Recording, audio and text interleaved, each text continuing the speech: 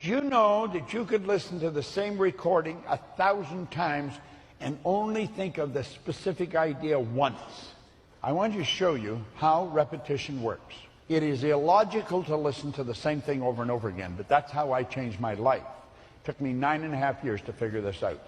Now watch this. Watch the screen. So that line there, the white line represents the sound of a recording playing. The red line represents you listening. Remember I said listening is emotionally involved.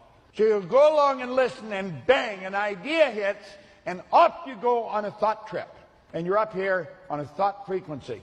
You are not listening. You hear it, but you're thinking about that idea that hit your mind. And you think about it for a while, and then you finally come back down, and you start listening. And then all of a sudden, bang, another idea hits you, and away you go on another thought trip. Now watch. You're going to ask, how did you get programmed in the first place? You were programmed as an infant. Remember I showed you? Subconscious is wide open, and the idea just going in. Well, when you're listening, that's the way your mind is. When you're listening, you're not thinking, you're listening, you're just listening to the message over and over and over again. That's why this works.